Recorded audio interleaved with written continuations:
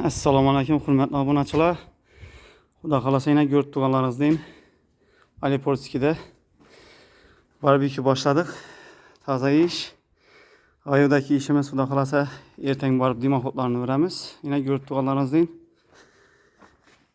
karkasni o'qib berib bu obyektimizda ishda bir dana mangal bo'ladi.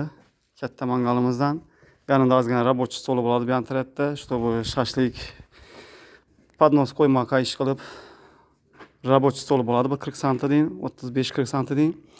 Katta mangalimiz bo'ladi. Bu yerimizda 15 kilolik kazan. İş aylanmada iş yerde ucu. Bir de kazan bo'ladigan bo'lsa, ish yerda рабочий stoli. Ko'rib turganingizdek, bu yerda moyka bo'ladi, xudo xolasa. Moykaning yanında yana где-то bir 40 sm deyin, 35 sm deyin рабочий stol bo'ladi. Xudo xolasa uzunluğu bir 5 metr obyektimizni görüp tomosha etib boraverasizlar. Mangalimiz Karuşdan da kansa chiqadi. Dimoxoti. Do'stlar, bizdan uzoqlashmay tomosha etib boraveringlar. Bu obyektimizni g'ayoni bo'lgandan keyin ana keyin bu yerni boshlaymiz. Xudo xolasa nasib etsa.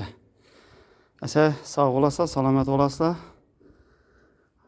Like'larni bosishdan chiqmasin, kanalimizga ham obuna bo'lib qo'yinglar do'stlar.